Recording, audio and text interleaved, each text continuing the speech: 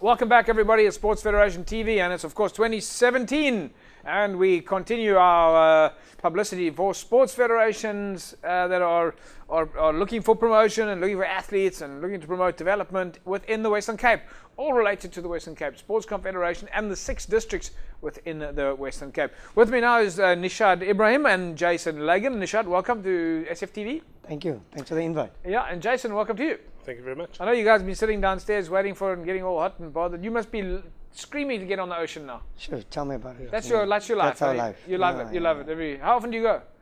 Well, we try to go when the weather holds up, and maybe once a week, once in 2 weeks. Yeah. As soon as the season starts and the weather is good, we are here. Yeah. Jason, where do you guys fish mainly? I mean, I know Lee Weed, I think is your chairperson or president. I've lost track of his actual title. He's invited me out to Gordons Bay a few times, and I think somewhere close to the Cape Nature Reserve. Yeah. Millers Point, is it Millers Point? Yeah, Cape Boat and Ski Boat Club is at Millers Point, Rumbly Bay.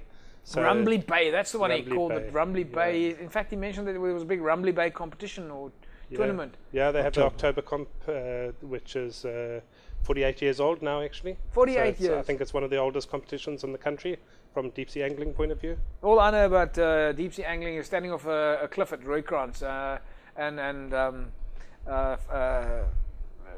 what do you call it? Fishing for yellowtail, but spinning for yellowtail, and snorkeling some crayfish. But that was many years ago. Okay, not snorkeling, but diving for crayfish and perlemoen. Those were my days. Anyway, let's talk about you guys. So you say you try and get out once a week. When you go out, is it friends, boats? You mentioned before the show that a lot of you will go. Obviously, everybody's got a boat, but then you all need to go together. So 3 of the boats will stay behind, but 4 of you will be one boat. Yeah, well, we try to put a team together, and normally that's how it works. It's the group of friends that stick together and fish together. Is everything a competition, or you social? Lots of social. Most socials. So you climb up the ladder, you fish inter clubs, and then you fish inter provincials, and you fish SATSA level, and then get to Protea level. So there's maybe 5 comps throughout the country, and then you start nominating for that, and you fish the Cape Town League first, obviously. The league first. Okay, so Jason, I mean, there's quite a organized competitive structure here. Absolutely, and there's inshore and offshore. Right. So within Western Province deep sea angling, you've got the inshore component, which comprises of leagues which are fished in the west and in the south. So you find a lot of the inshore guys, which they fish on light tackle. They'll go to Strays Bay, they'll go to Klein Bay, they'll tow their boats there, and then they'll fish the league there. And then you've got the league in the west, where most of the teams, they fish from their own port, if you can call it a port, their launch site, and then they independently weigh their fish and add the tow. Then the tournament's officer will get all the information and put a league table together who's doing well. But so if I want to start deep sea angling, how do I get into it?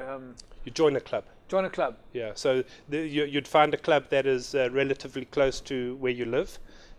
So there's a club in Hart Bay, there's a club in Gordons Bay, there's a club in Millers Point just past Simonstown, and you join a club, and then you go to meetings, you get to know people, you get involved in the sport, and someone will take you on their boat, maybe. Absolutely, especially in the leagues. Yeah. So on a social level, people fish with their friends more often than not, and but in a league structure, it's the technical officer's job to pair people together and get people fishing.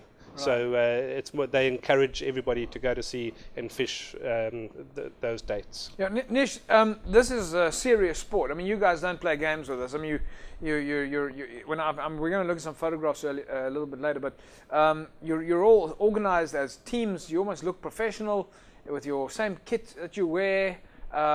It's not a there has been a stereotype before of it's a drinking sport and so forth, but this is serious stuff from a safety perspective, from a competitive perspective. You really have to have your ducks in a row.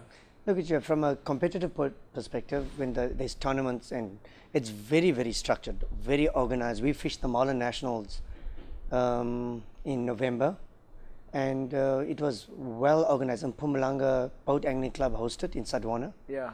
And it's organized, beach launching, really organized. We have a obviously suit and tie opening function, suit and tie closing function, gold medals, It's a release comp with marlin. So yes, it's taken very seriously, and it's very competitive. Is there a good camaraderie? There must be a great camaraderie in the sport. Fantastic camaraderie. In some cases, your life depends on each other. So it's not just about being competitive. You must be able to. You actually do trust each other's lives in the sport. Yeah, there's a weather committee that they choose the day before the comp or the morning of the comp, and then they make calls on whether we should go to sea or not. So from that point of view, yes. All right, let's take a look at one of the pictures here. Jason, let's go to you. Tell us about what we're looking at over here. Right, so basically the boat that you see there is the boat that we fished on for the week.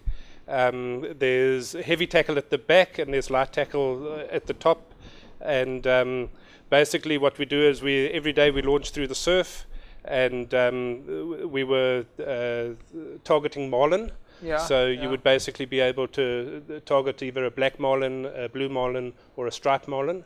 And the idea is basically to, whether you're using artificial lures or whether you're using live bait, to go out and try and catch as many marlin as possible.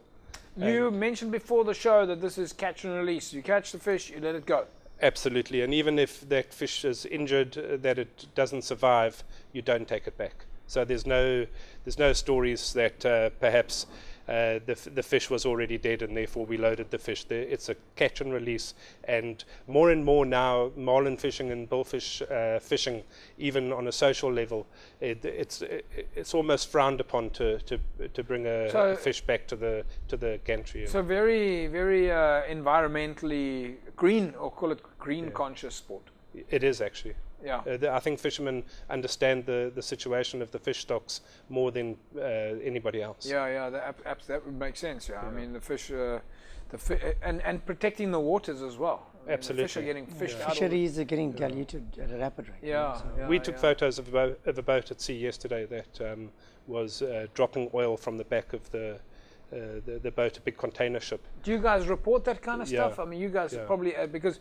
I mean, that's your water that Absolutely. You must be very protective of your water. Absolutely, yeah. So we've taken photographs, we've raised concerns with the port authorities, and there's a process now that follows based on the fact that we see a ship 26-30 miles out at sea. Do you ever get lucky? I mean, do these guys ever get prosecuted? Don't know. You don't know? Yeah. You report it? Yeah, we just report it and let them know that... so you're like our second Coast Guard? We hope so. Yeah, I like that. I love that. Jason, tell us about the bulls, what you call the Bullfish Nationals.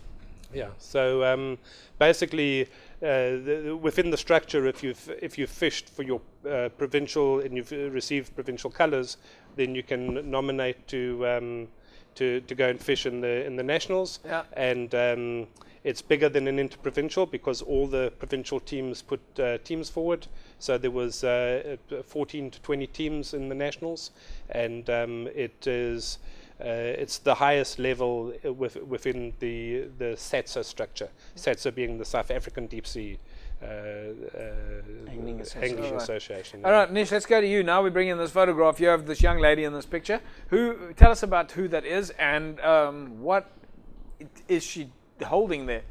So that's my daughter. 2 weeks ago, we went out on a social trip and we found a patch of fish, and we put her on a yellowfin. It took an hour and a half to get it to the boat. Is that what they call a yellowfin tunny? Tuna, tunny? Yeah, that's correct. Is a tuna and a tunny the same thing? Yeah, tunny is more like a slangish word. Tuna is the proper word. Yeah. Okay. I mean, I just know tunny. Yeah. You know what I mean, as opposed to tunny. Anyway, it's a Cape word for tunny, auntie. Auntie, auntie, my tunny. And she caught this fish. I mean, what does this fish weigh? I mean, this must be 60.58 kilograms. 60 kilograms. What does she weigh? She's probably about 33, 34. So, how long did she fight this fish? An hour and a half. She fought this fish for an hour and a half. I mean, that's incredible. That's incredible. I mean, she didn't want to give up. So, how are we doing as athletes? I mean, are we up to par with the rest of the country? Well, I think so. Look at the tuna fishing in Cape Town is probably one of the most elusive fishing in the country. Yeah. Because the fish fight hard and they're strong, and so if we can get our juniors more involved in it, they can become really good anglers at a national level. Nish, I'm going to say thanks to you. We're gonna wrap it up now. We look forward to having you guys back on the show after a couple of fantastic events over over the 2017 season. I'm sure you guys are going to be out there on the water all the time. Yeah, we're looking forward to 2017, definitely. Jason, 2017 highlights or plans for 2017? Fish leagues, huh? You've got to fish your leagues. If you don't fish your leagues, then you can't nominate, you can't go and fish in the bigger tournaments. And look after the safety of our members. Yeah. There's a lot changing within the radio aspect of things. There's a lot of new technology that's come about, and the guys need to go out there and they need to make sure that they train to use that equipment. And it's all about safety. It's the sea is a very dangerous place. Well, I'm sure you guys, whatever you do, I'm sure you are going to be protecting our waters out there and protecting our athletes. So, Nish, Jason, thanks for joining me on Federation TV. I know it's your first time. But you guys are always welcome back, and we always look forward to give deep sea angling as much publicity as possible. Thank you very much. There we go. Right, folks, we are more fishing. I mean, who would have known that we have a second Coast Guard out there? Not really a Coast Guard, but almost like a second NSRI. We're very proud of that. Back in a sec.